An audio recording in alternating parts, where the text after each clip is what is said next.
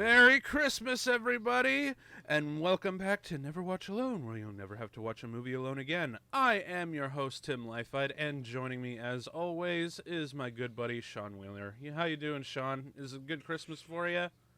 Merry Christmas, everyone.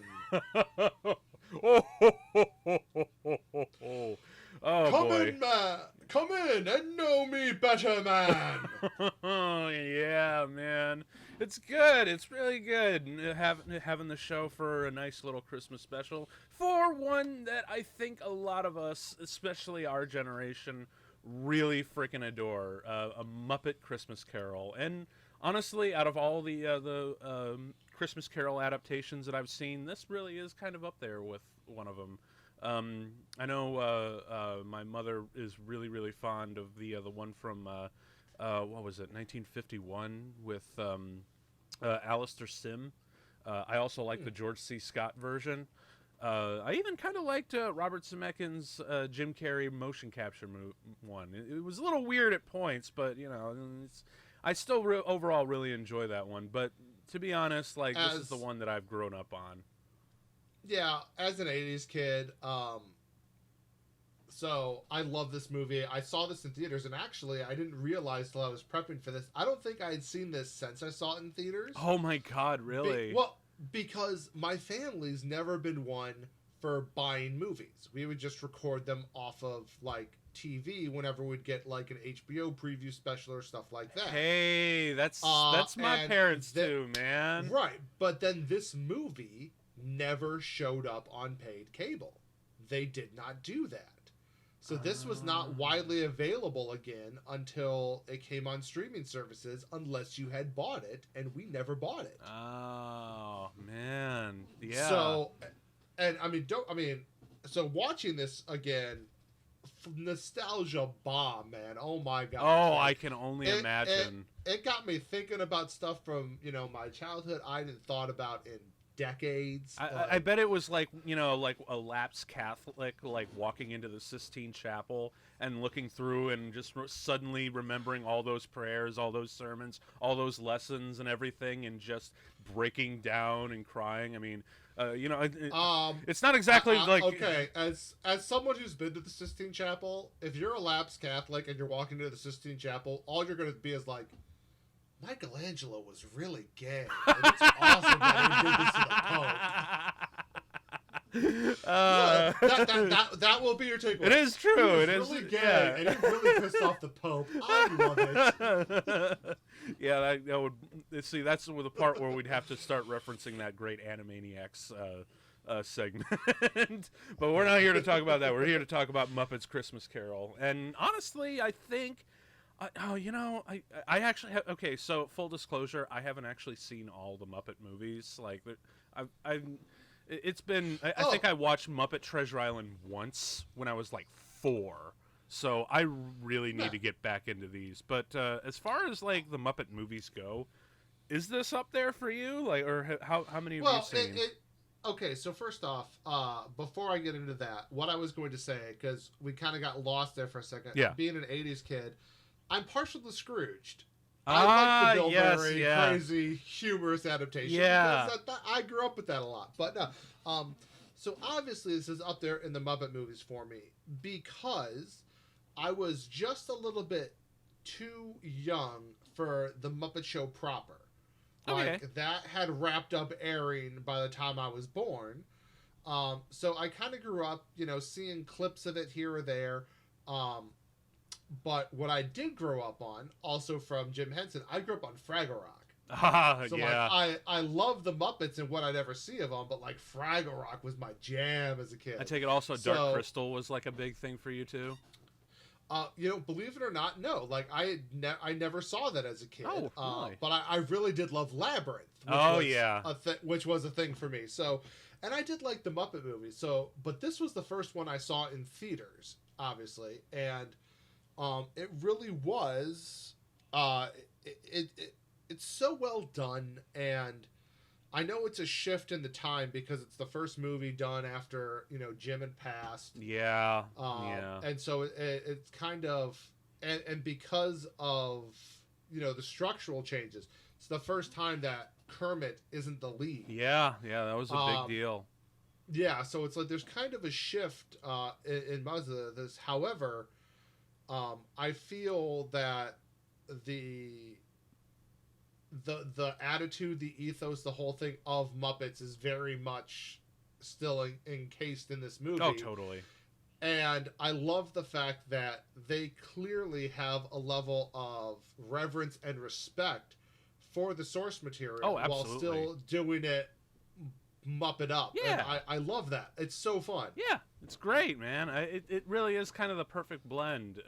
And, you know, also the one thing that for those people who haven't really seen out there, you know, friends or family or colleagues or whoever, I always just say this: Sir Michael Caine as Scrooge.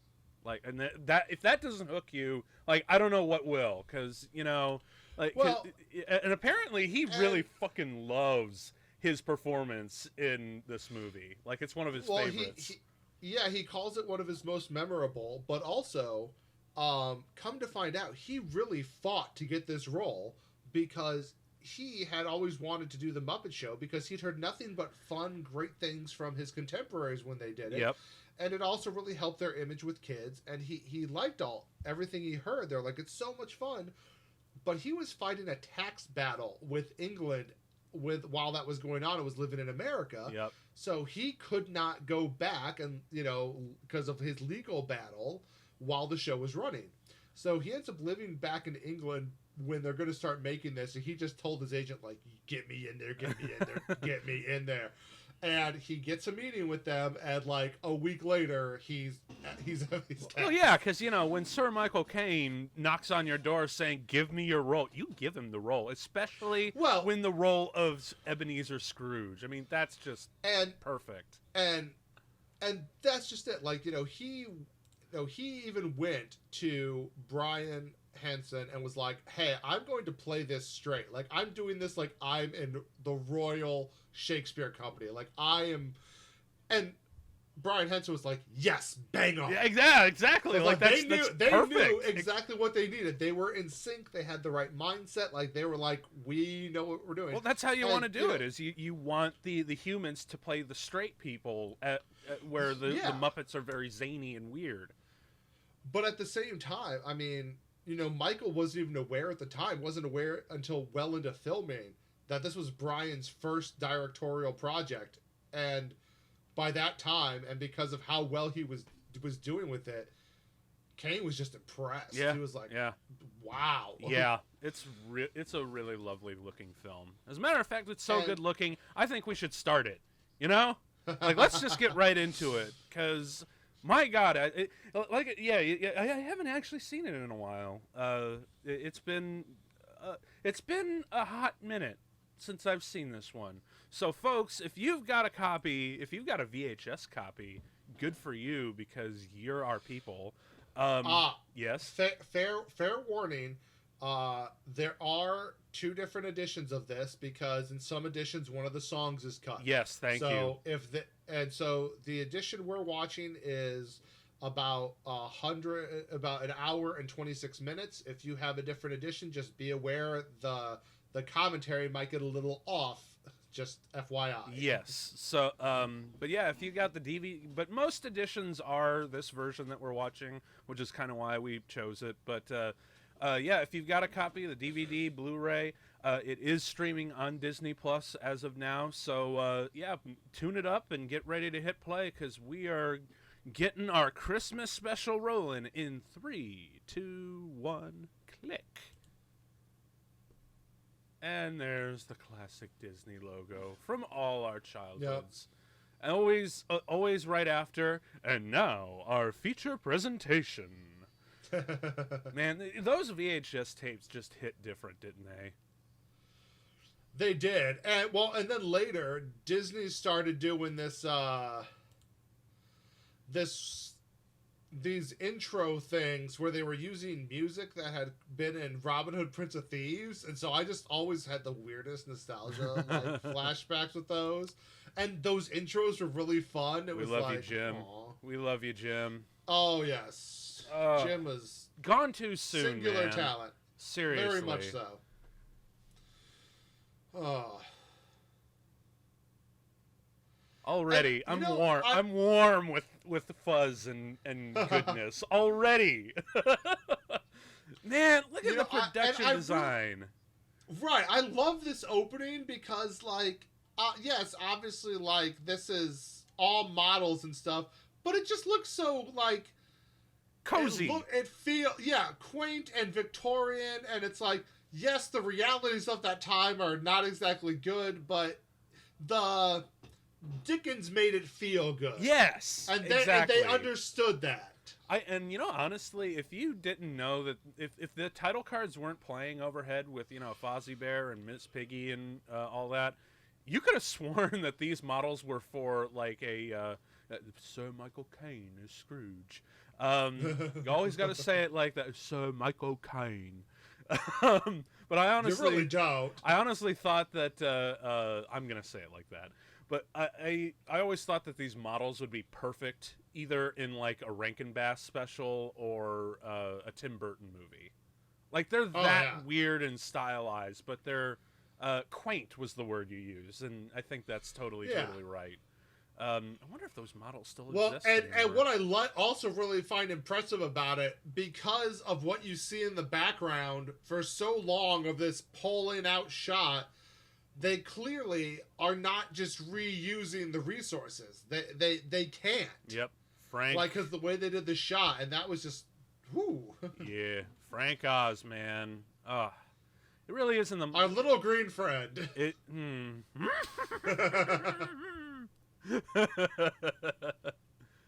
And there's our first taste of Muppet.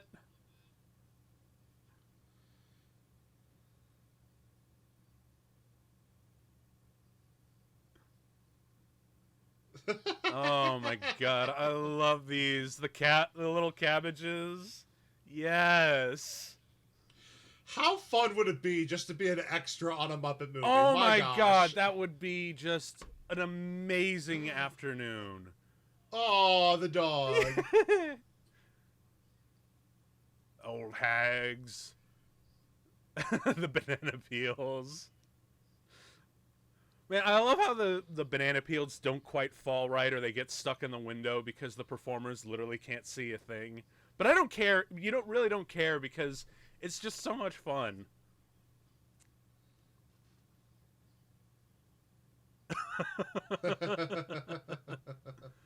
Yeah, this is a really fun way to establish just to have a little, like, take 3 or 4 minutes of just establishing the Muppet vibe that you're about to get, which is always so welcome.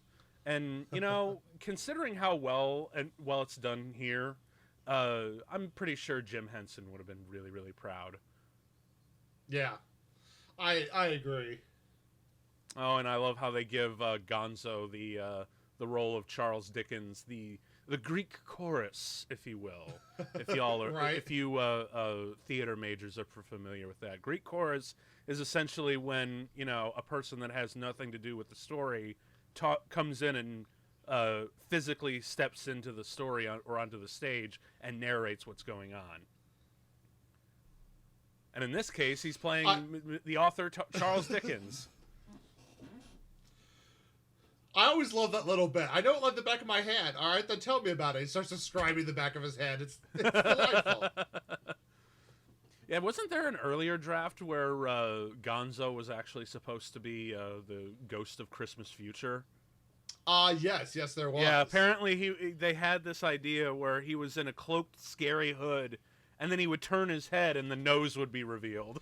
Right, right. But you would see nothing else of him in the hood, just the nose. Like, dark hood, nose. It kind of reminds me of what they did for... Oh, there he is, Sir Michael Caine himself.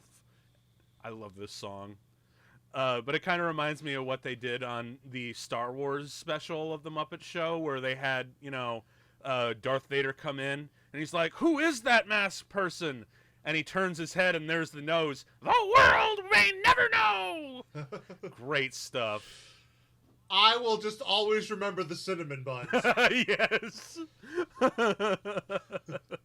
On Miss Piggy as Princess Leia. That was such a good episode. It's one of my favorites. Because you know that Mark Hamill while they were on Empire Strikes Back. Like, he's talking to Frank Oz beneath the floor, and he's like, "Hey, can you get me a spot on the Muppets?" And they're like, "Yeah, absolutely, let's do it." This is so fun. I love this. This is the song that I really remember as a kid, because just there he goes, Mr. Scrooge. Love it.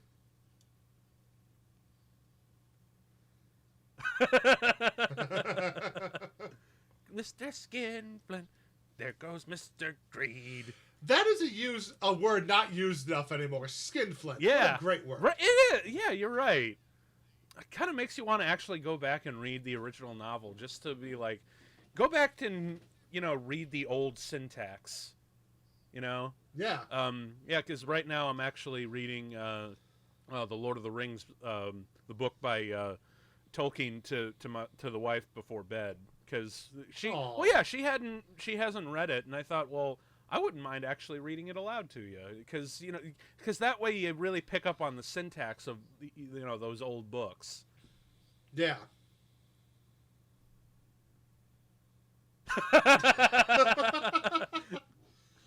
There goes Mr. Sneer.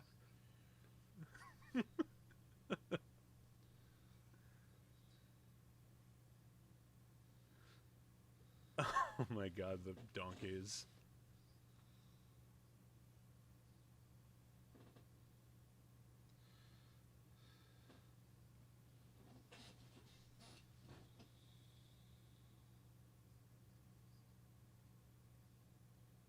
You also really gotta love the filming that you never really see his face until they hold it until the very end, which I believe it's coming up right about here.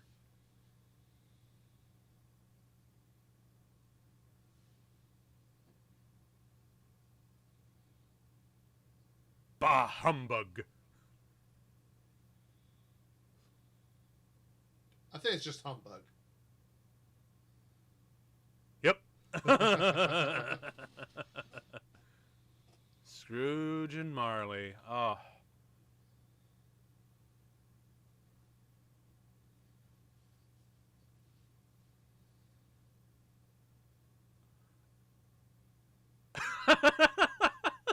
I love how they stop to just take in the details. Oh man. I did realize though, something that really that made them set them apart for this one is I noticed that I think it was one of the Muppet documentaries, when they were unsure of a joke or a gag, they usually had they usually went to two major gags that always seem to work.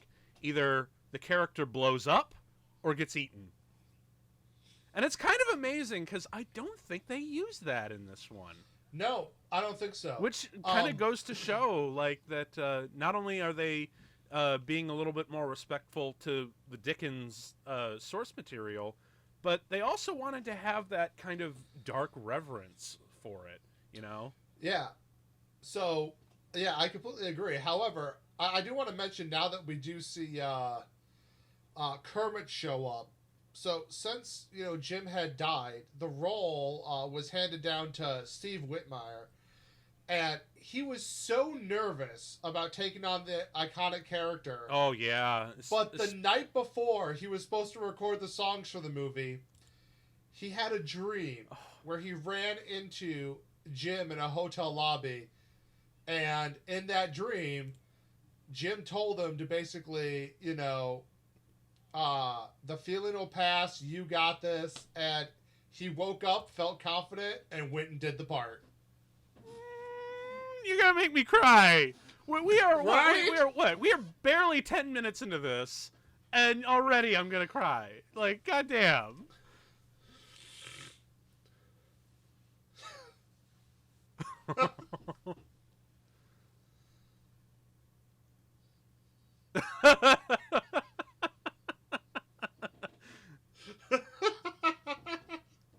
Well, that's another thing that you don't even see modern comedies do anymore, is that they can get a laugh just with a cut. Yep. Isn't this also like the really rare version where Bob Cratchit isn't the only employee working for Scrooge? Yes. Because Because wasn't it where they? I remember in the original novel, it was literally just the two of them, sort of like a partnership and sort of deal. Yep. Of course, Scrooge got enormously more handsome profits than Bob did, which is just... Well, obviously. Well, yeah, you really got to show what a bastard he is before he can turn good. Well, right. That's the genius of Dickens. But, yeah, in this one, it's actually kind of cool that they have, like, a whole bunch of them. I guess it was just an excuse, like, we really want to Muppet this thing up.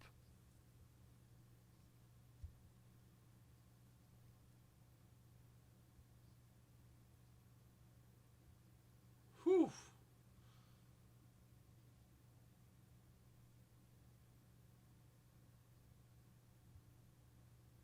Man, Michael Caine really was born to do the role of Ebenezer Scrooge at one point. I could totally see him doing this on like in the theater.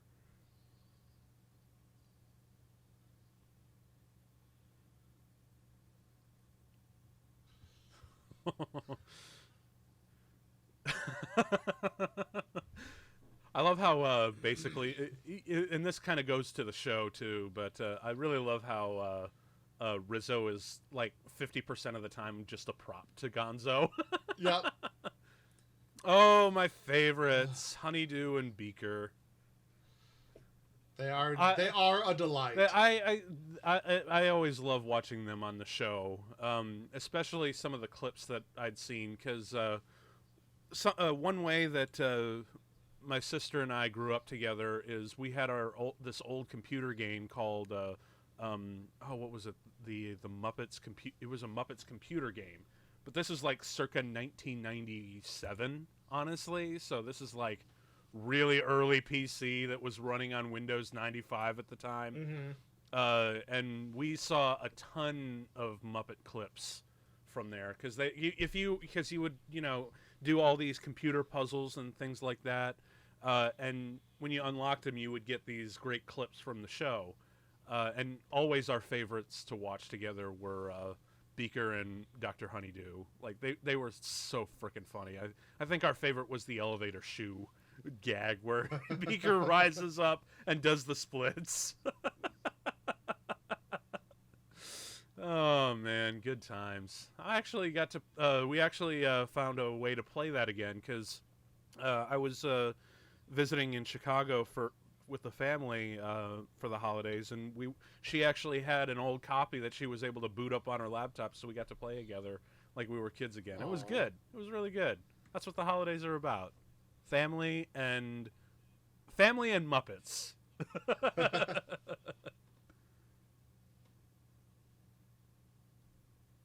I cannot take any donations.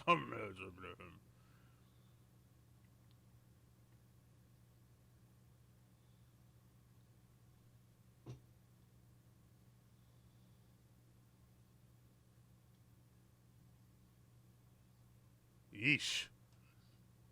Although, in all fairness, I feel the same way about donations when it comes to the Salvation Army. Don't even get me started about that. No kidding. Just, ew. If for those of y'all that don't know, just Google it. It's pretty ugly. Don't do it. Don't give to the Salvation Army. Give to the Muppets instead. Oh, dear.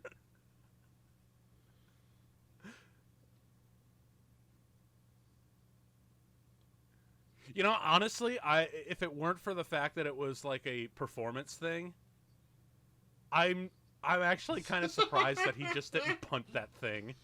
Right?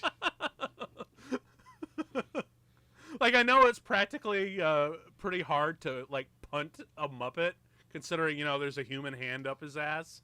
But yeah.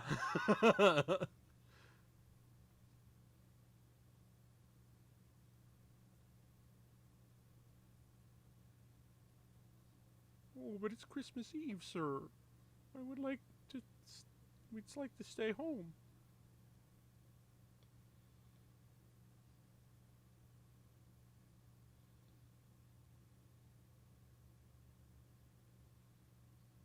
the whole day, sir.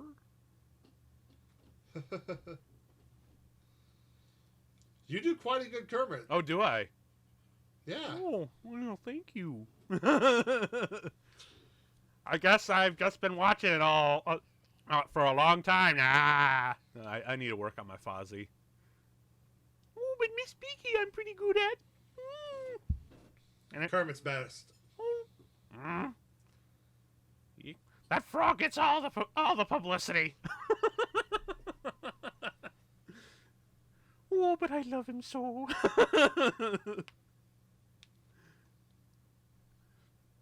Yeah, that actually reminds me. I think because my mother is such a huge Kermit fan, she actually has like a little Kermit puppet. Damn, I really should have worked that while I was there. I don't know if she still has it. She might have it tucked away. You know, maybe next year that'll have to be your Christmas gift. Ma, if you're listening, next year you're getting a Kermit puppet, and I'll put on a little show for you. Oh, so sweet. Yeah. Maybe even one with the hand handles, so you know you can actually perform. Because I don't know if have you ever seen the mechanisms that go into the making of a Muppet puppet? Only a little, not extensively. I've seen it. It's been a while since I've looked into it, but there was a time when I was in a real Muppet phase, and I wanted to learn how those things were put together. I think it was also because I actually went to an exhibit where they had one of the original Yoda puppets. Now, granted, the outer skin was silicone because the original was latex, so the original puppet is just like practically no more. But they did make a replica and using the same materials, but using a silicone cover. So I was like, when I saw that, I'm like, wow, this is really great to see behind glass. But I would love to learn the intricacies of moving, you know, not just the eyes, but the facial muscles and the ears, and you know the feet and the arms. Like, I really would love to know the intricacies. And, you know, that led me to start studying Henson stuff and the performance in those Muppets. And so, yeah, and honestly, Muppet making is fairly simple. It's literally just one operator with, you know, in the case of Kermit, it's just one hand, you know, up the main body and, you know, with the hand to move the lips and whatnot. And the other hand is attached to a cable that moves the arm. Other than that, that's literally about it. It's just a real two-handed job. And, you know, sometimes they'll have an extra puppeteer if it requires the use of both arms. But for the most part, they usually lock on one arm to the body and then use the other for the hand. And then, you know, the more complicated stuff, like when he's skating there, that's, you know, CGI stuff. Like, you know, that's blue. That's because there's no way else to do it. Right. Although, can you imagine getting the hilarity of getting a, say, open matte version of a Muppets movie where you get to see the performers and the boom mic that are supposed to be out of frame? How hilarious would that be, actually? That'd be pretty fun. Yeah. Because for those of you who don't know, listening, open matte version is because most films, especially around this period, were photographed in a more of a square-shaped film, so similar to what you would see on the old TVs and whatnot. And then they would just crop the top and bottom for the widescreen presentation for what you see in the cinema.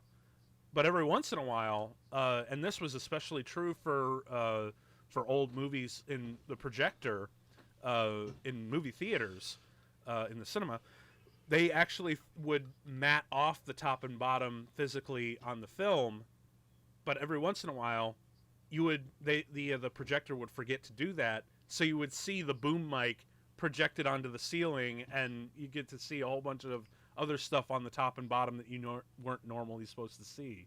It's really fascinating, and I totally would recommend, you know, Googling this kind of stuff, because Lord knows I went down deep into that rabbit hole a long time ago, and there are days where I still find myself in there. But in this particular case, with seeing a Muppet movie in the open mat format would be kind of a trip, because you would see not only the boom mic, you would also see all the performers and all the weird stuff that goes on underneath, and you would see where the set extension ends. Oh, this is some fun.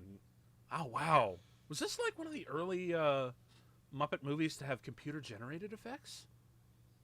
Probably. I think it might have been.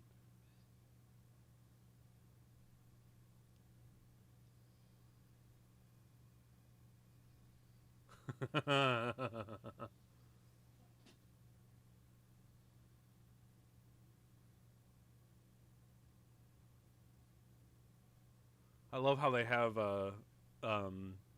Statler as Jacob Marley. That's just perfect. Yeah. Well, they obviously they made them brothers in this, Marley brothers instead of just the one. Well, yeah, so because yeah. Statler is nothing without Waldorf. Like exactly. You really can't just do the one of them. Yeah. They're a what do you call it? They are a set that you do not separate.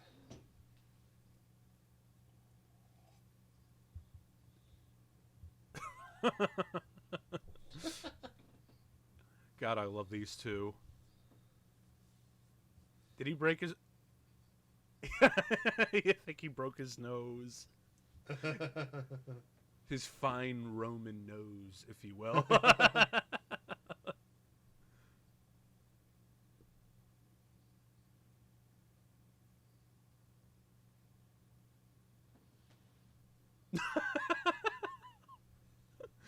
Oh, man, I love this.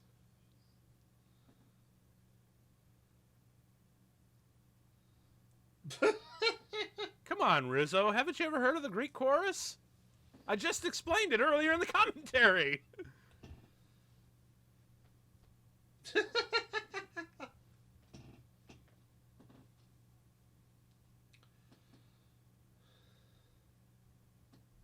Who goes there?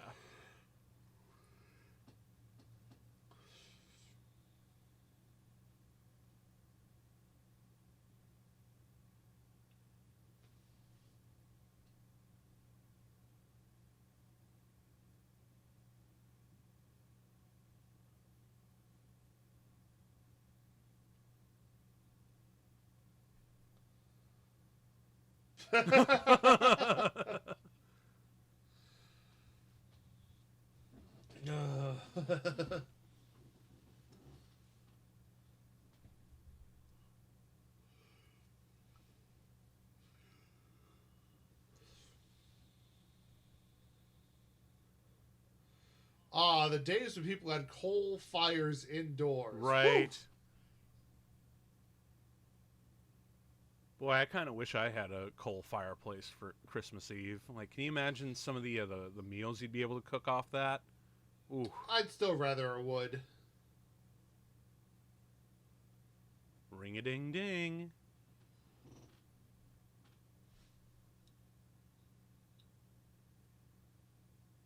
Blimey, who could be out here at this hour?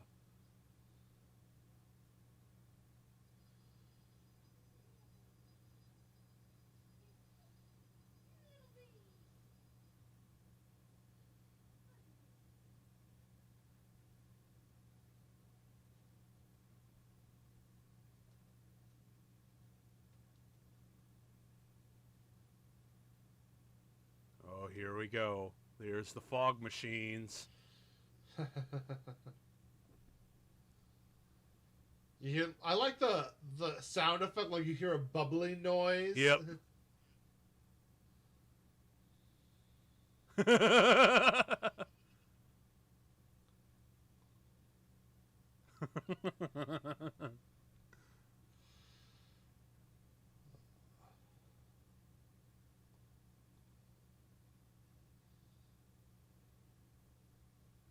Wait, did they just make a Bob Marley joke? Yes. It's about to get worse.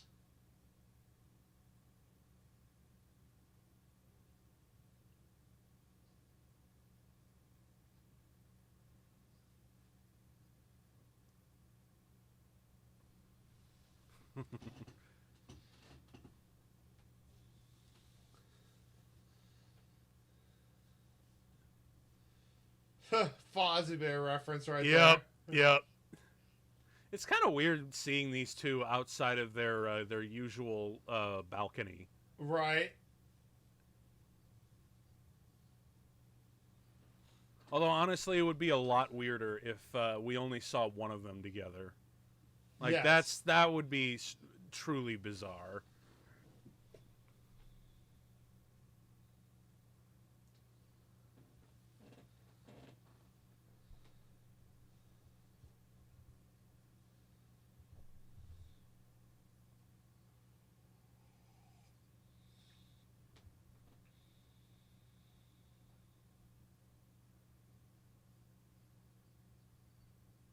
It's also a really smart idea that they only verbally state what they did and they don't actually show it, because if you did show it, I think you would traumatize quite a few children. Yeah.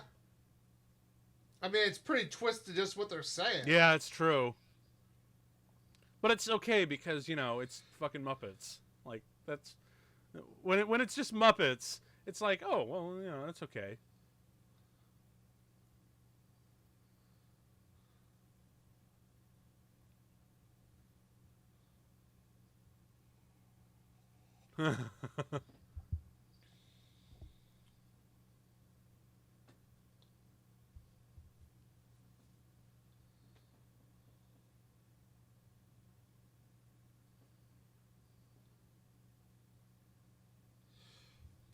Oh man, that's great. They even have the locks talk. Yeah. Well, they're money boxes. Oh, okay. And watch.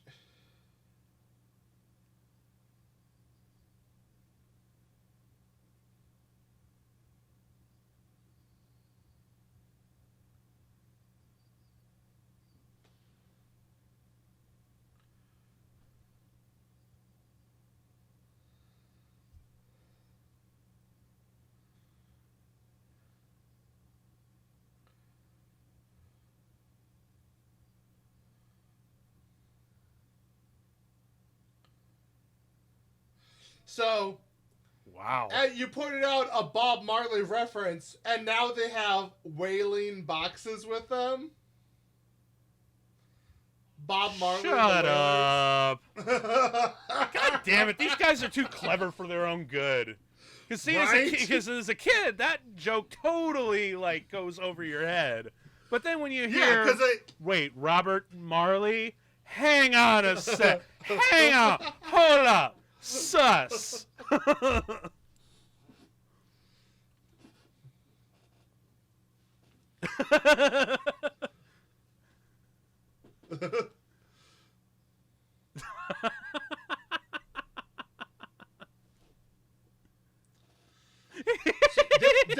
see, what I love about the Muppets, so it shows you so much about staging can be everything. Yeah, for real. You can get a laugh just through staging.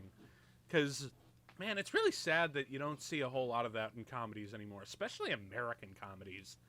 Most of the jokes are literally just dialogue. And I'm like, there's so much more you can do. Oh, physical comedy is wonderful, particularly if done right. Yeah. I mean, gosh, the old Dick Van Dyke Show, oh.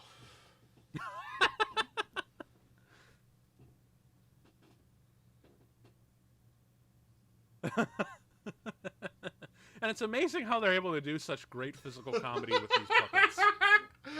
And then he goes to the bars after all that.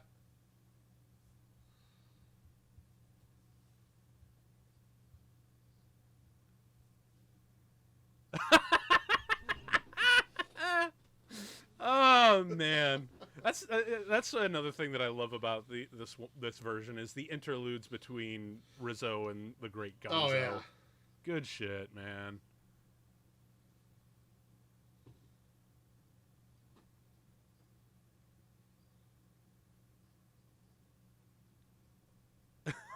And how they're literally struggling to keep up with the story.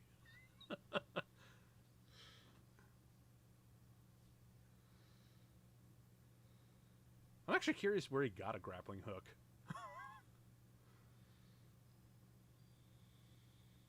Quoth the raven. Oh, wait, no, wrong story.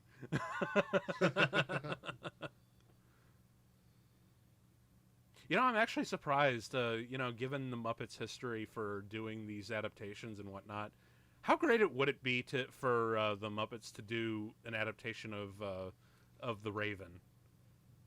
Ooh. Yeah, that would be really good. That would be really cool, really atmospheric, and also really funny.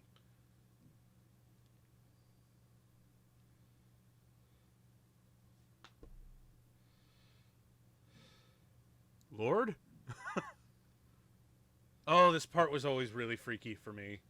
Yeah, it comes off as kind of cool, but also kind of creepy. Yeah, because honestly, I remember how, everyone remembers, like, how the Ghost of Christmas Future is supposed to be the scariest of all. But for me, Right. I don't know. Like, especially, I guess it's, like, seeing this now, because, remember, the last time I saw this was probably, like, 15 plus years ago. I hadn't seen this since grade school. Yeah, seeing that puppet now of Christmas Past is it's a little they created this special puppet that was designed to be in a water tank. That way they could get the floating, flying appearance of it. Oh, that's neat. How they did it. So that's actually filmed in a water tank to get those effects. Oh man, that must have been a trip to try to operate. Yeah. I know that's how they did it. I'm not sure of all the specifics of how they made that happen. Oh, that's amazing. Goodbye, lunch.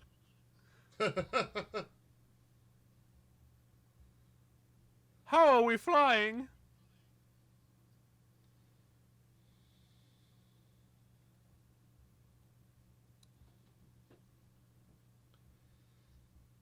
I was told that we should not go into the light. Don't look into it.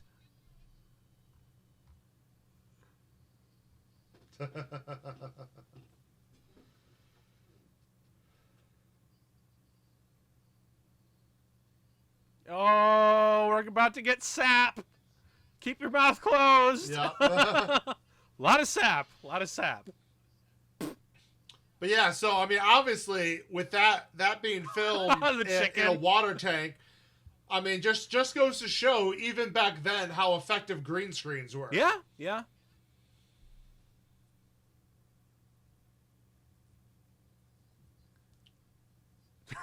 Rizzo's so traumatized.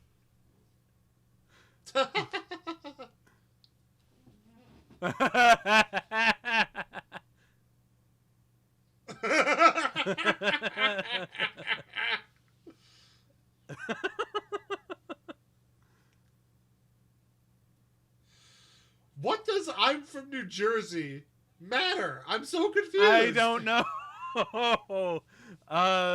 Maybe they've got a better relation. Actually, you would think they have an even worse rivalry. That kind of makes it worse. Right? I mean, have you seen the New York and New Jersey rats? They're huge. Whew. There's a reason why, like, every deli in New Jersey and New York has, like, a freaking cat hanging about because of the rats. They keep the pests away. But yeah, certain angles, that puppet is freaky as hell. Yeah, for real. Like, it's mostly in the face. Because it's entirely in the face. It's Aristotle, Dante. I love how they're all Muppets. This is great.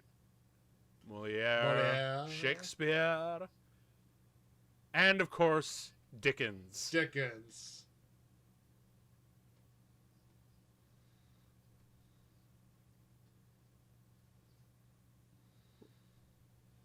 What a trip.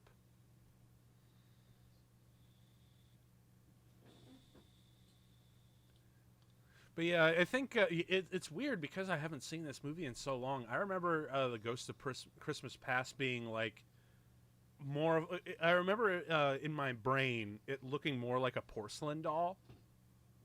And because it's definite, the face is much more Muppet-like than I remembered. It's freaking me out a little bit. Yeah.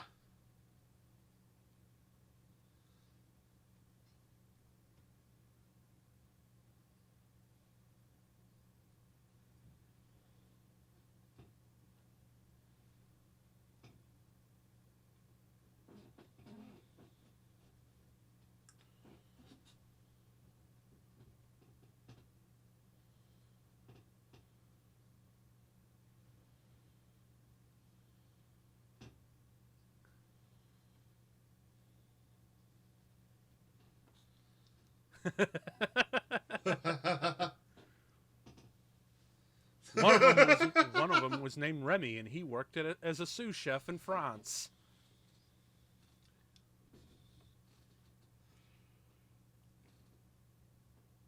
You know, What? there's an idea for Disney. Actually, you know what? Yeah, totally right. Since Disney now owns Pixar and the Muppets, have a crossover. Pixar meets the Muppets. Yeah, right? that would be an amazing time. Can you imagine like the toys from Toy Story being actual toy puppets? That would actually be kind of cool. You don't see abacuses enough anymore. No, you don't.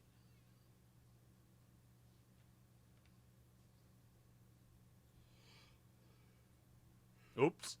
Oh, crap.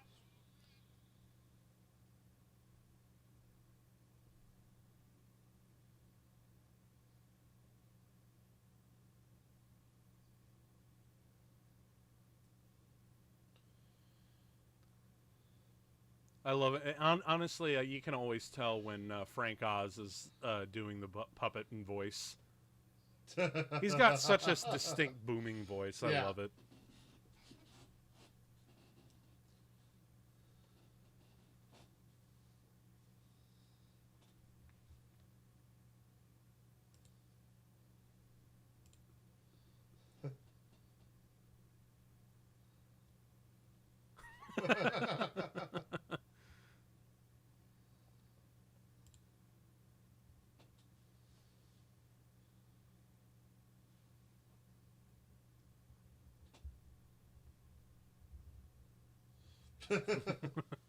Oh, ain't that the truth? And it hurts.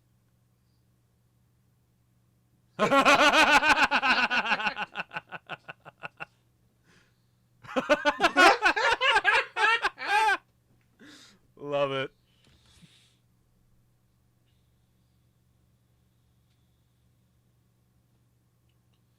Don't tip the driver.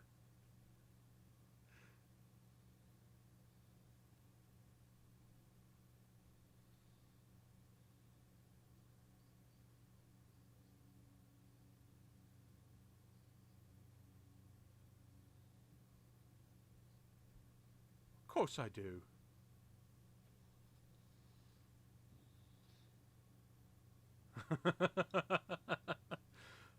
Again, they just know exactly where to change things. Oh!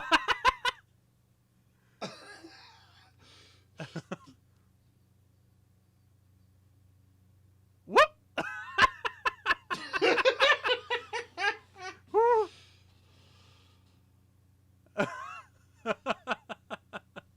I love the comic relief gags. Right. They're just delightful. Oh, that is perfect. Mr. Fezwig from the book is right. Foswig. Like, god damn it, you guys are too good for your own. You guys are too clever for your own good. I mean, it didn't take that much work. No, it didn't. I mean, it was kind of right there, begging to be done.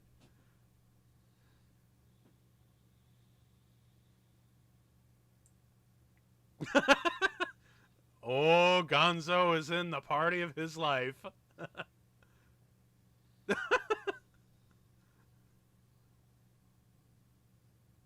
I'm actually kind of surprised they didn't go with the gag where Rizzo was basically encased in a perfect cube of ice.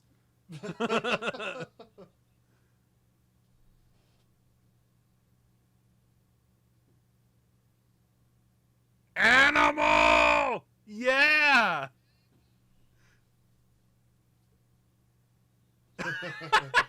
Oh, it was one of my favorite moments of the special. I love that one. Just, quiet!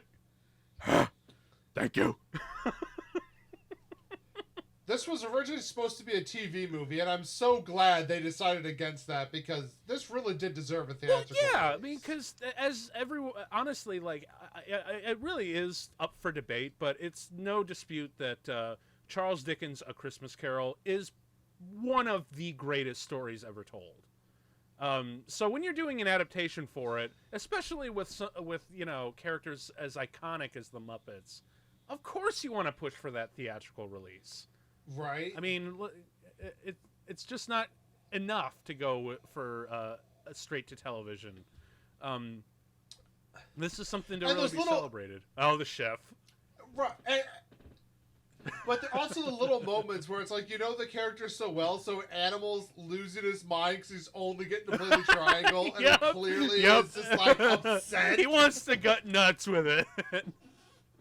That was actually one of my favorite bits from the show, was when he went up against when he got to do a drum session with the great Buddy Rich drummer, and Buddy Rich out-drummed Animal, and it was amazing. See, it was just, Animal going nuts and, just doing his set, going all over the place, where it looks like the operator was having a seizure with his hand, and then all of a sudden he starts just breathing, and Buddy Rich starts going, and he's just like, "Whoa, I can't keep up with that!"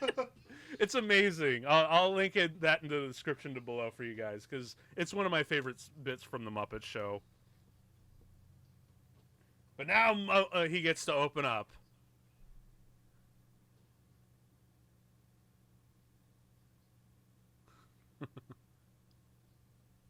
Oh, who was playing the young Mike?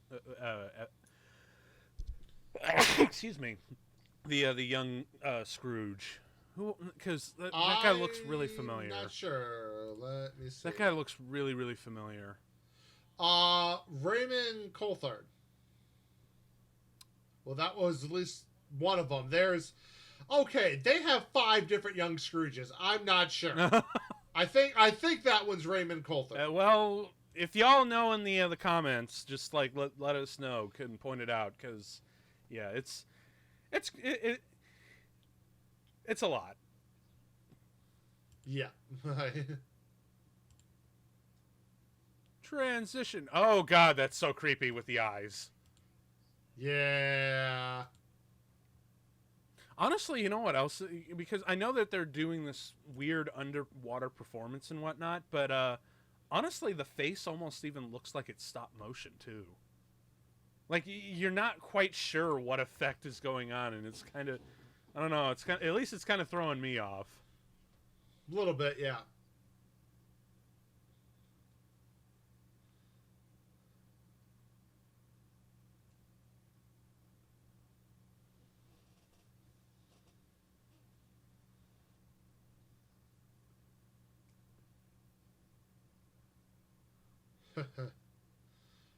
Uh-huh, sure. You love the business now.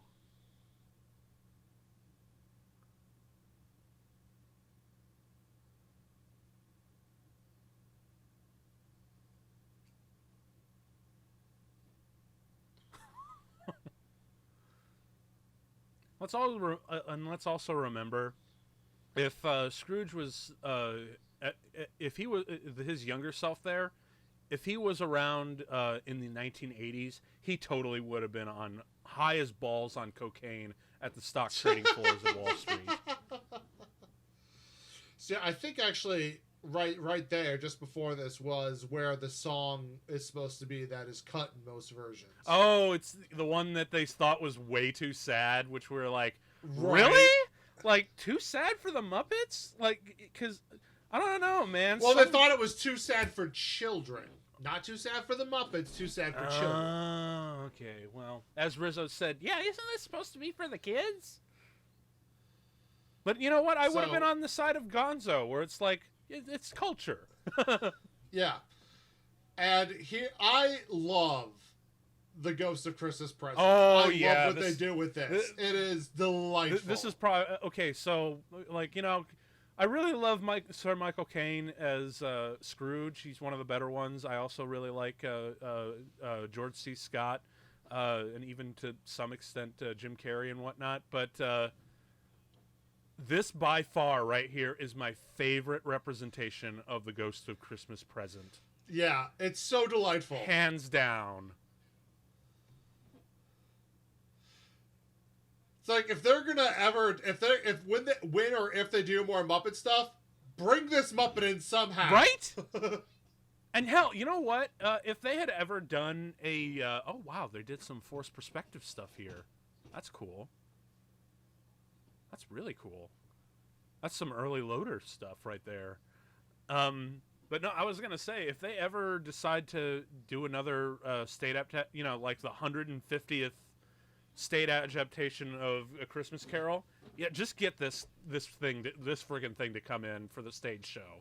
'Cause why not? Yep. You know.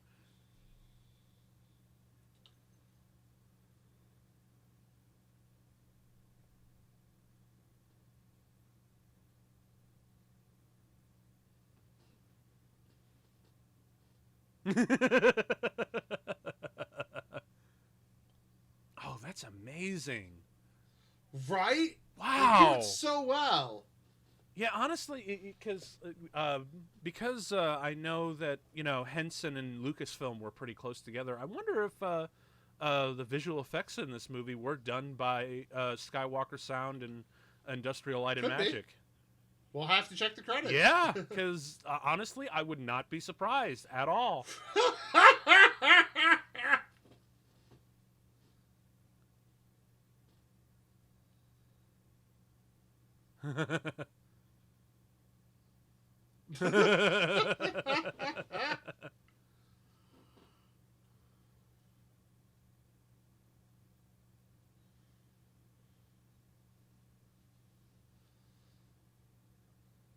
God. I love how simple that effect is. It's just the performer making a fist. Looking like it got shoved in. Love it.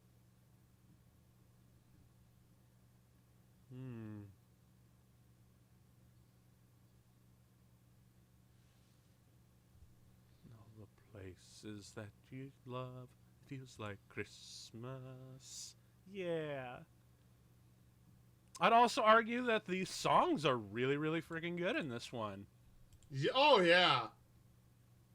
The Muppets have always been good with their music, honestly.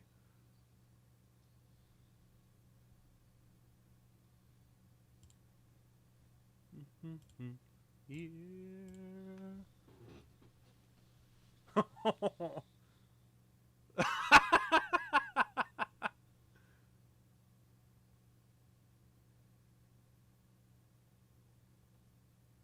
Wow. They really are doing some early forced perspective stuff, too. Like, that's amazing.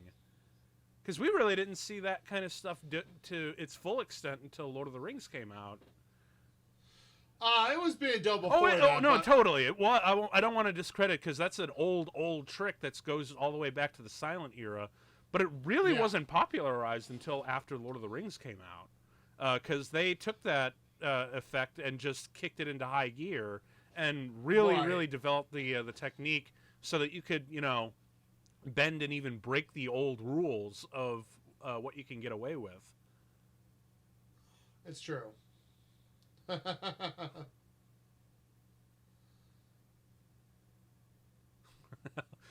Oh my God, look how much fun Michael Caine is having. Right? Look at that face. How can you not have fun when you're on a set like this and doing this?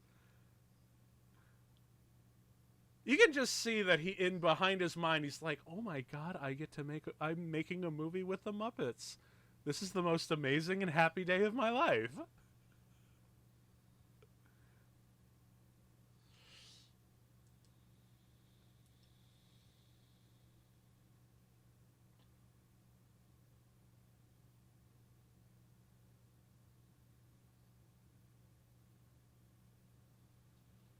Love it.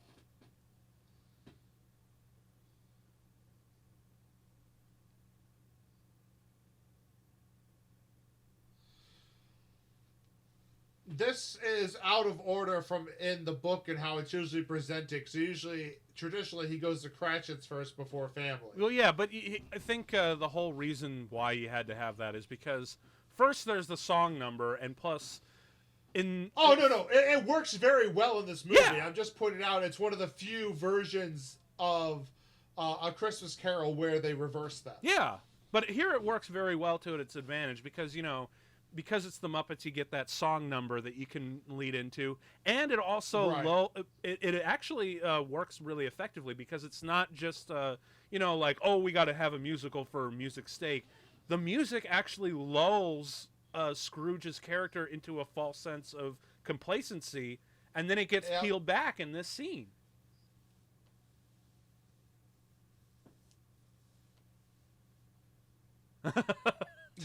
Always thinking about himself, ain't he?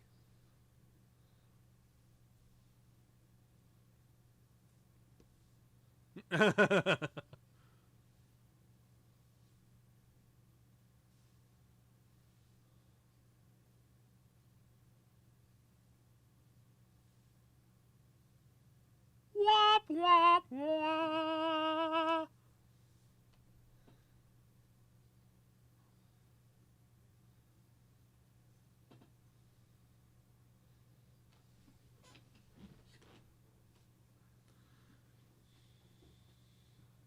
I don't like this area. They're making fun of me.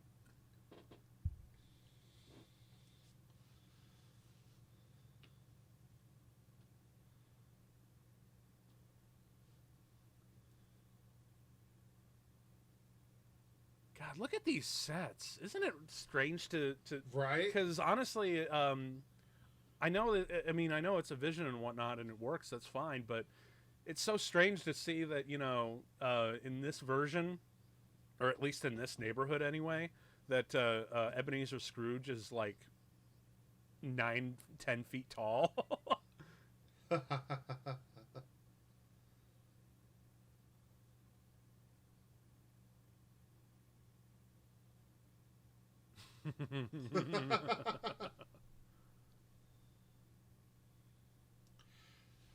I mean, think about it. Over almost an hour in before we even see Miss Piggy. Yeah, that is true. Especially when she's like getting top billing right up next to Kermit the Frog.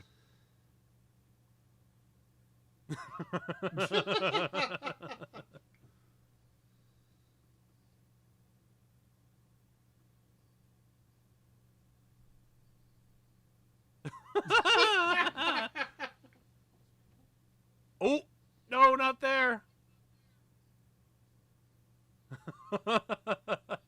Wow, how did they do that? Because I know that they are performing Rizzo on a blue screen or whatever, but the interaction with the little the little spit, like I wonder if that was part of the performance on there too.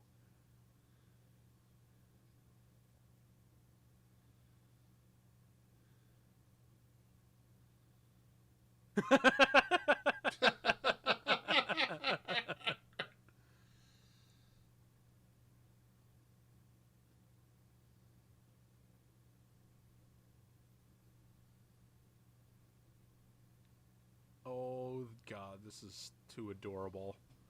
Right? This is too adorable. I can't. No. It's so feel good.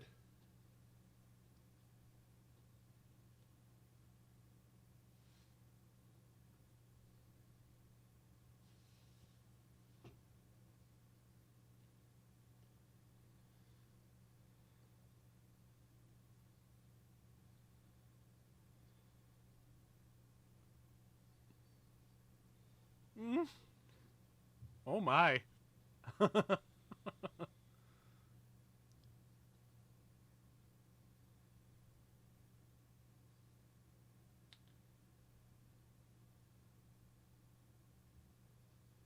Crush him.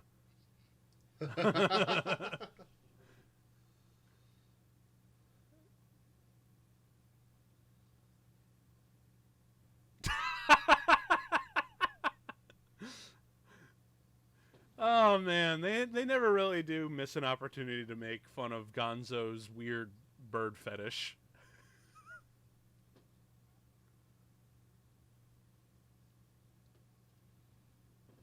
Oh, poor Tiny Tim.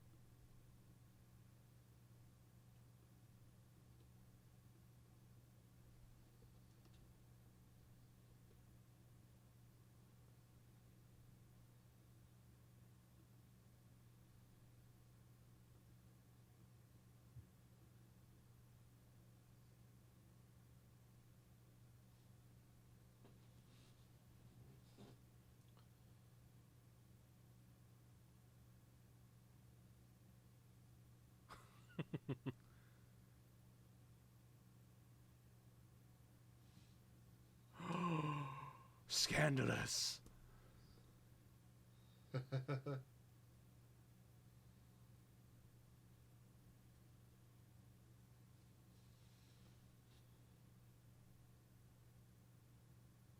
Oh, he said the thing, and it's adorable. It is.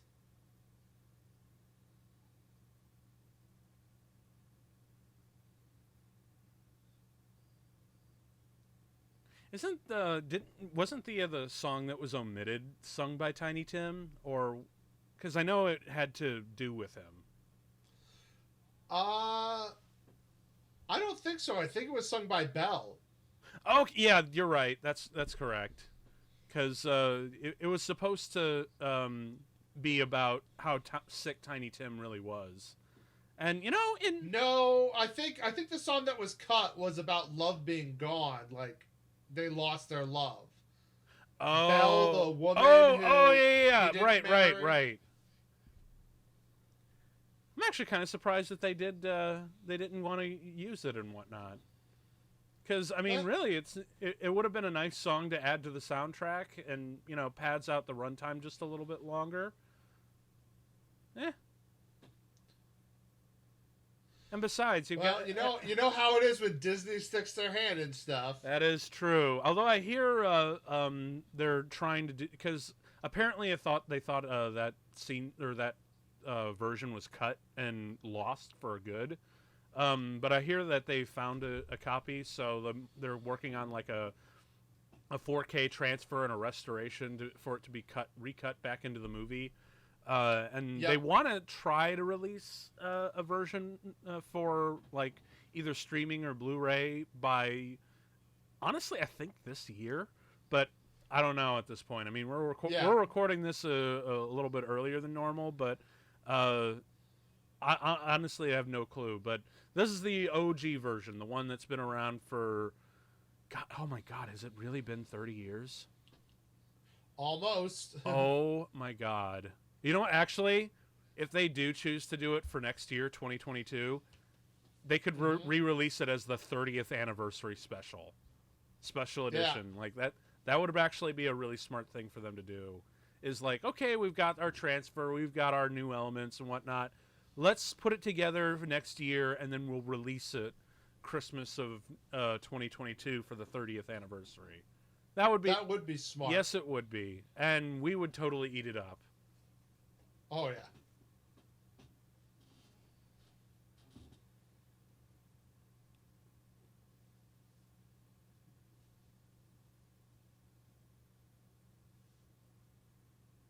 Oh, I love that. He's starting to get old.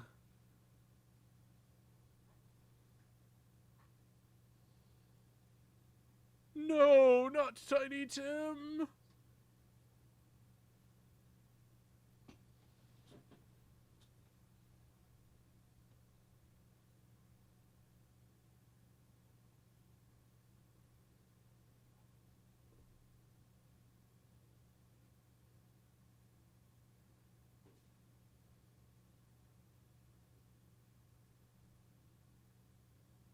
I forget about how.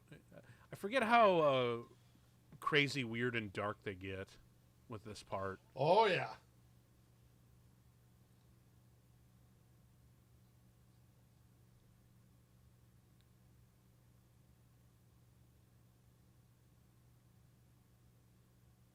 That's how it works.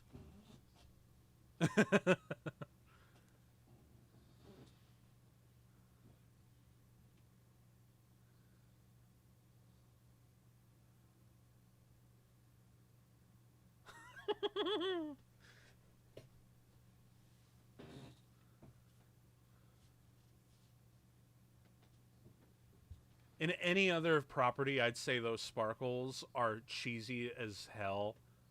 But my God, for the Muppets, I'm like, no, no, no, I'll allow this. Yeah.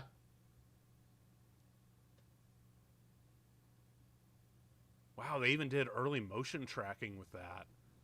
Amazing. Yeah, I really got to check. We got to check the credits to see if ILM and Skywalker Sound was involved with this, because knowing that there was like a definite overlap with Frank Oz and the Muppets and Star Wars, yeah, I could totally see them doing the visual effects for this, especially because they were kind of the only real game in town to do that kind of stuff at the time. Because, you know, this is the time when, you know, where they had the early computer visual effects for movies like Willow and Sherlock Holmes with stained glass night and stuff like that. And, of course, movies like Terminator 2.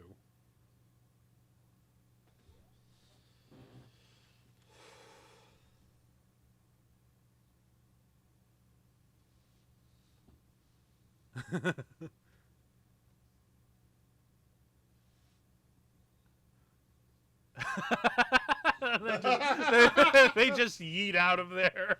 Love it. But in all fairness, that actually is a really smart idea thematically. Is that, you know, you don't have the Greek chorus for this a bit, because this is when it gets darkest. Mm-hmm.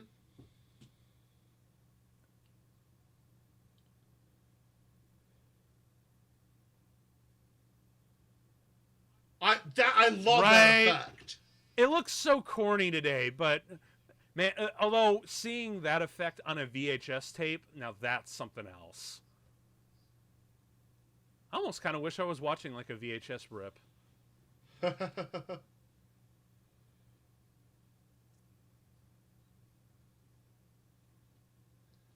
you know, as much as I really, because, you know, Ghost of Christmas Future is always the one that people tend to remember in the adaptations and whatnot. But you know what actually was my favorite interpretation of it? It was actually in the Robert Zemeckis one with Jim Carrey, where it was literally just a shadow.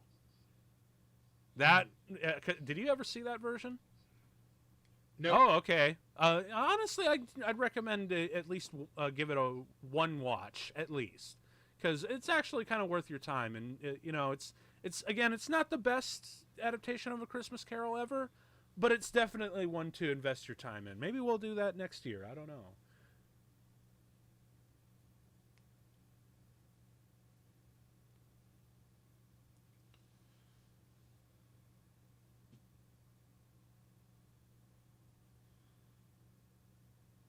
But I still do love how they keep that the particular Muppet in there is eerily noiseless.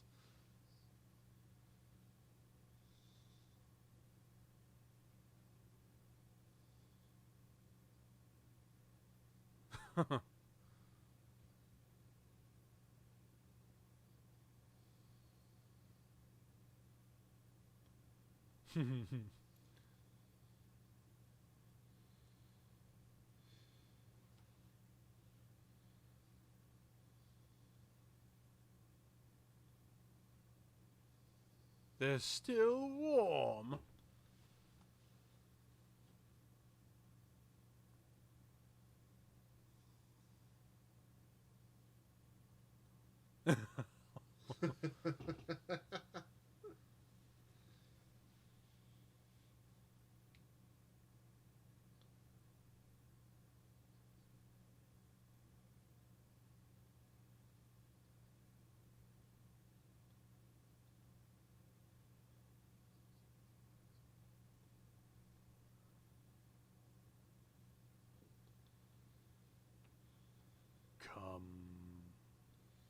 Nope.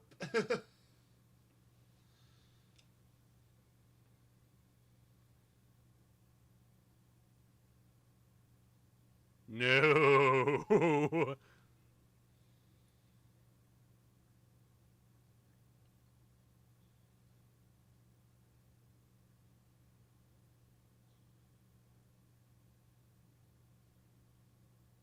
They're in mourning. You know what the really cool thing is about the design of that performer Muppet is that I honestly can't quite tell what the material of the cloak is, to the point where it actually feels more like a living statue. Like it's got the texture of a stone statue. Mm-hmm. It also helps that they chose that very grayish blue color tone.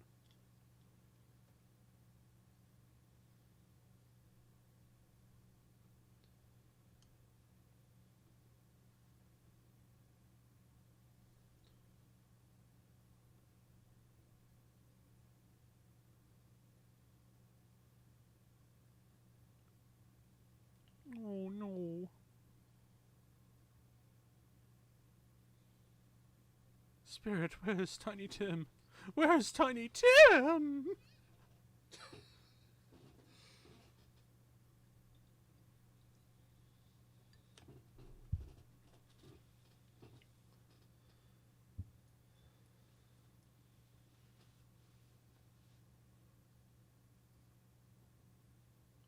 Oh.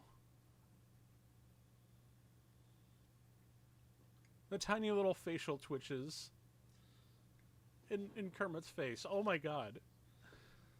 Right? It's like, nope. Oh, my eyes. I'm not crying, it's just the rain.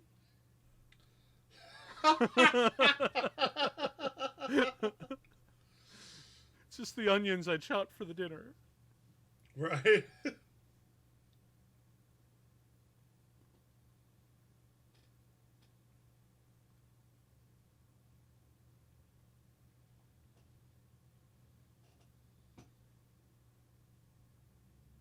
Oh, seriously, the little facial twitches in Kermit just tear you apart.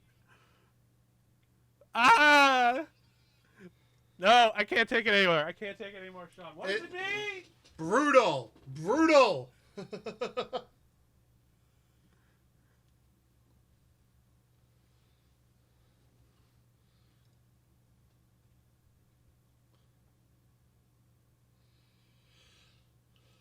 This scene was on loan from the set of Batman Returns.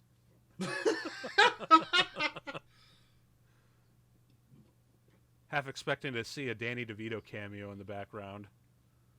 Oh gosh. Yeah, where he just falls to his dead parents and then moves the fucking gravestone with all of his might. Have you ever seen that? Oh my god, it's so terrible. Like, come on, they couldn't have gotten another take for that.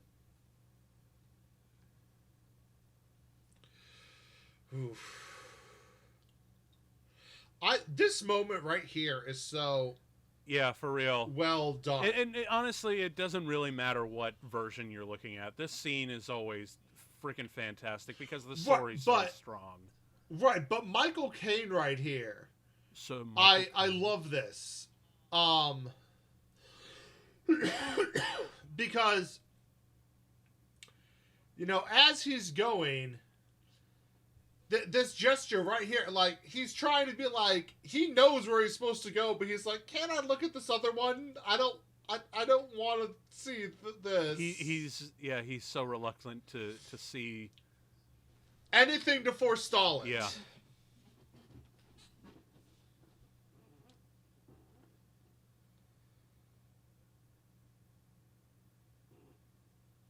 Fantastic.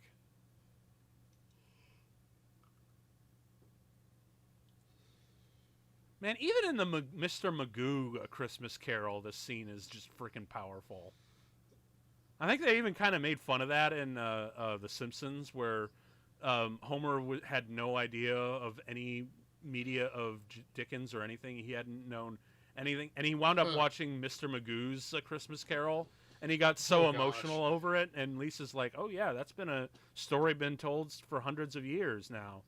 And he's like, "No, Lisa, it was Mr. Magoo, and it was like so terrifying." And, like, Oh my but gosh. that just no, but that really, but the point is that it doesn't matter because the message is that strong. It doesn't matter what version. Even the Right. Mickey Mouse version is really good.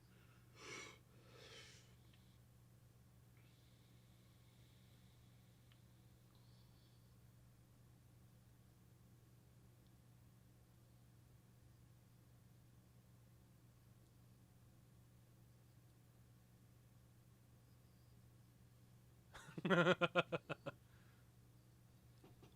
I really did like the cut with the robe onto the bed sheets when he wakes up. Yeah. Oh yeah. It's great. Although I've seen some really creative stuff with that sort of stuff. Although seriously, like when you do check out the Robert Zemeckis one, let me know because he gets crazy dark with it. I mean, like it's like, Robert Zemeckis, are you okay? Like he went nuts. It's like a Hayao Miyazaki syndrome. Like, your life's awful, so you make great stuff, or your life's great, so you make terrible stuff that's dark. Sure, we'll go with that. What? There they go. I love that running. Love it's it. a running gag.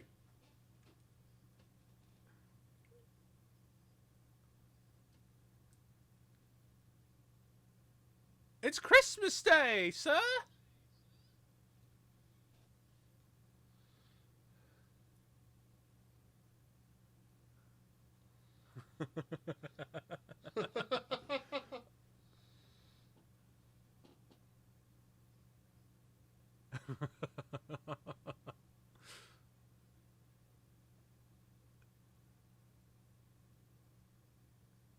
It's twice as big as me.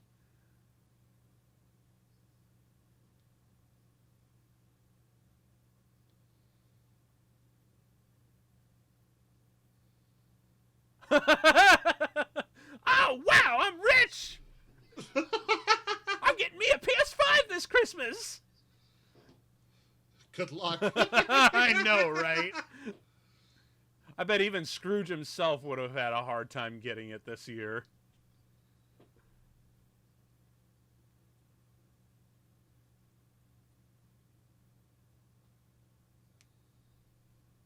And everyone's like, Scrooge?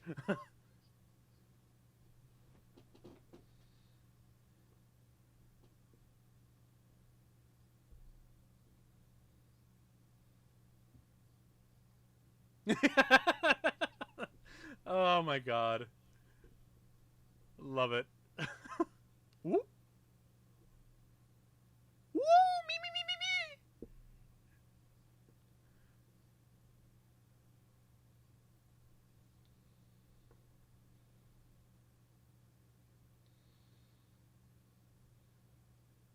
Oh god, I forgot about this moment. It's so adorable.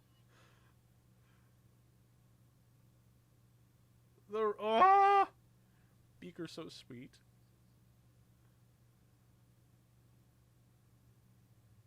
Very well suits you, sir.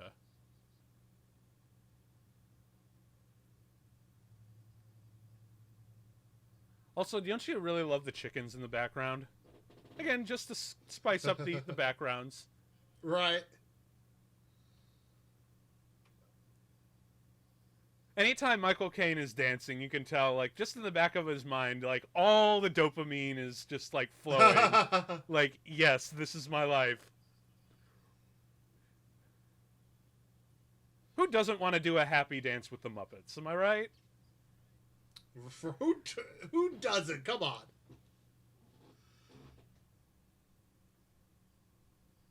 Mm-hmm. Promise to share the wealth. Now, if only, you know, dudes like Bezos and Musk can get, like, be visited by three spirits in the night.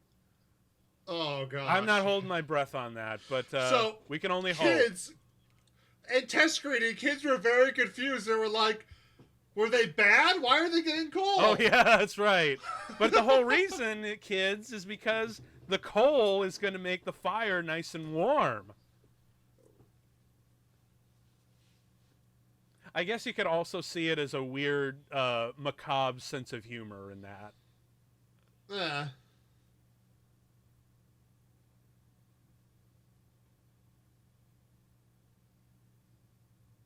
God, I would have killed just to be even one of these extras in the background. Right? Just watching Sir Michael Caine sing with the Muppets would be amazing. Hell, I'm enjoying it right here. It's also a very catchy little song. It is. I mean, when coming from the writers who wrote Rainbow Connection, it's really hard to go wrong with the songs in the Muppets. And his little, wave there is so adorable. His nephew's like, what the hell is happening? Like, Scrooge? Uncle, is that you?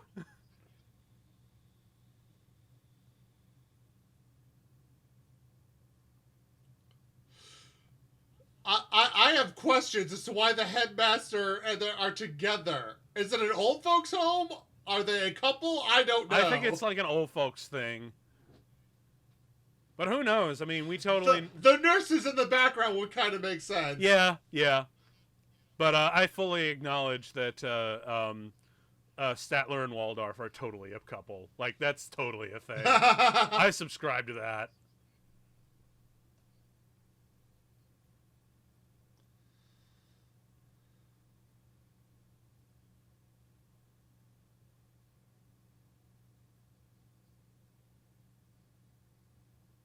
I'm amazed that little guy can carry that turkey throughout the entire musical number.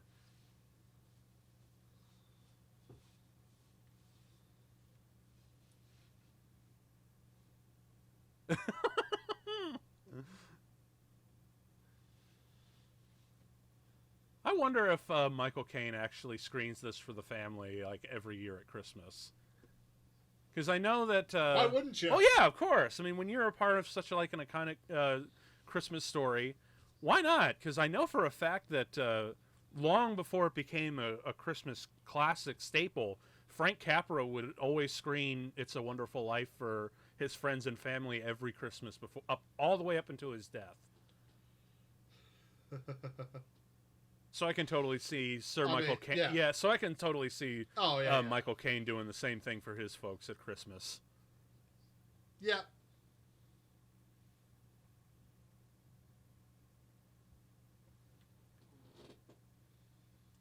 Come inside, sir. Yes, please.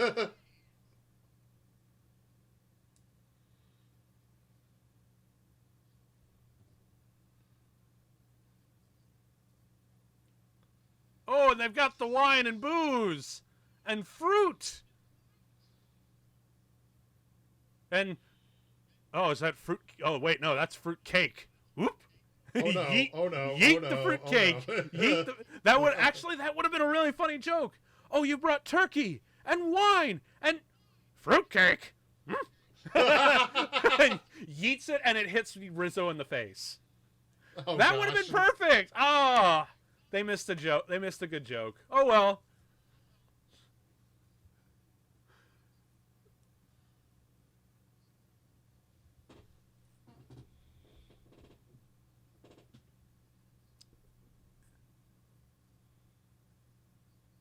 Oh. Oh, that's so cute.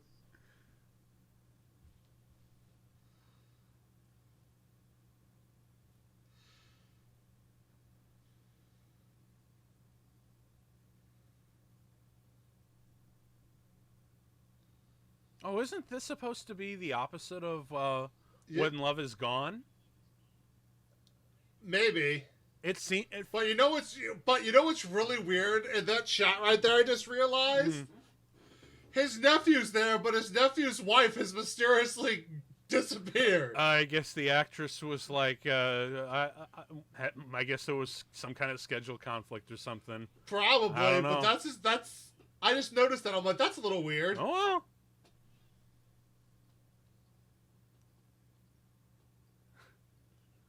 I really like that. Y'all read the book, kids. Yeah. that's always what Henson has always been very good at. Is like, hey kids, read the books, read. Yep. Oh, that's so delightful.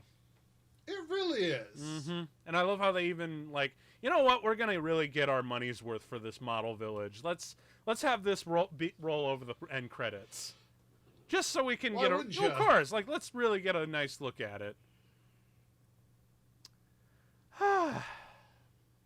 Man, I really need to revisit this more often, because it's been like now sitting down and watching it. Because like I said, this is the first time I've seen it in a while. I really am like, wow, I really should watch this more often every year. Yeah, I definitely had the impression when I watched this. I was like, I would love to show this to my niece and nephews, but then I also thought, like, it's a little too dark for them still. Next year, for the 30th anniversary, do that. Yeah, I still think it would be too dark for a 4-year-old. Oh, 4 like really? Okay, you know what? You know what? How about when they get to be about 6 or 7?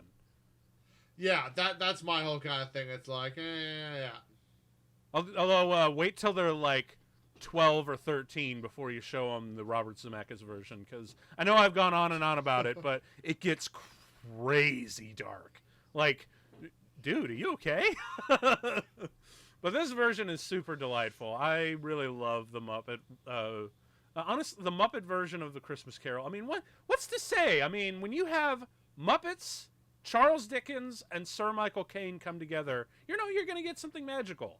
Like, seriously, that's all you ever need to pitch it to someone is Muppet Christmas Carol and Ebenezer Scrooge is Michael Caine. Like, really, like, there's nothing else that you would ever need to say to a person. So, yeah, it's wonderful. Yeah. It's absolutely wonderful. And honestly, yeah, watching it again, I'm like, yeah, I need to rewatch this again a lot. Because during Christmas time when I was a kid in grade school, we would watch Christmas movies left, right, all over the place. Like that TV, that iconic TV from the 90s and early 2000s that you would wheel in on a cart. Yeah, it was in there like almost the entirety for December when I was in school. We friggin' loved Christmas. We would deck out the entire room with decorations, with lights. We had a Christmas tree where we would bring in where every kid would bring in an ornament and decorate the tree. It was a wonderful time. We had a gift exchange. Nice. We had Christmas in my old school was really, really something. And this was definitely one that we would watch every year. So yeah, I think maybe the last time I'd seen this was in grade school, like around 8th grade, circa 2007. Like, wow, going really far back. But I don't know. What about you? Is it really, because for you it's been an even longer gap since you'd seen it? Yeah, but it's delightful. I mean, I really like it, and as I said, I look forward to sharing it with the younger family members. Absolutely. I legit. Oh no, it was the Computer Film Company London. I could have. Which makes sense. This was made in England. That's true. I could have sworn that ILM would have had some hand in that, because I'm like, wow, 1992. Like, oh well, hey, there. So at least they did do the post-production sound. Yeah, they did do this. So it was partially right. They did the sound mixing at Skywalker. Yeah. So that makes sense, I guess. But yeah, I'm kind of amazed that ILM didn't work on it. I guess they were a little bit busy with Terminator 2. Because Well, and again, I mean, it's not that they probably don't want to work with them. They probably work with them all the time. But when you're doing a project in England, yeah, that makes sense. But yeah, it's still really cool. And one I really need to revisit that. Good times. I don't know if there's great little movie. It is. I don't know if there's anything else you wanted to say about this, because I'm kind of out, because I feel like I've said everything that needs to be said about this delight of a Christmas Carol. I mean, I think the only point I want to make is, in some ways I feel a little privileged. I mean, I got to have a movie like this as a Christmas movie growing up on top of the classics. And I I don't know. I get really disappointed with a lot of new Christmas movies that I see come out or try to come out, and it's like you want them to be good, and then you watch them and you're just like, that's what we're doing for a Christmas movie now, is it? Yeah, that's what we've come maybe to. it's the nostalgia. Who knows? Because it's kind of crazy how movies age later on in life. You know. Well, yeah, but come on, like A New Home Alone. If that's going to become someone's Christmas movie, oh God, Lord help them. I mean, is all I have to say about it. Is because. Really, you'd be amazed at how things can really age. Because remember, It's a Wonderful Life, the quintessential Christmas movie that everyone talks about, didn't really even pick up in Steam. And the only reason why it did is because of it forgot to renew a copyright, so it was started to air on TV all the time. And because people were so familiar with it, and because it's such a great movie as is, it became a classic. So it's weird how shit ages, man. Yeah, it is, but I don't know. It's just, but see, that's the point, though. As you said, because it's such a great movie. That's what I'm saying. It's like I want to see great Christmas movies again. That's all I'm trying to say. That makes sense. Well, who knows? Maybe one's right around the corner. You never know. If there is one that we missed, or if there's one you would like us to do a commentary on, or even just talk about later in the future, let us know in the comments, because I really love hearing from you guys. And I hope all of you out there really do have a really good Christmas, seriously, because we all need one in these rather bitter times, I think. So, yeah, that's just going out from both of us. I think I can speak for you too, Sean, is we want to wish you both, all listening, a really merry and joyous holiday. God bless us, everyone. So, I've been Tim. I've been Sean. And you guys have yourself a wonderful Christmas, and I promise you will, right here on this podcast, you will never have to watch a movie alone again. Cheers.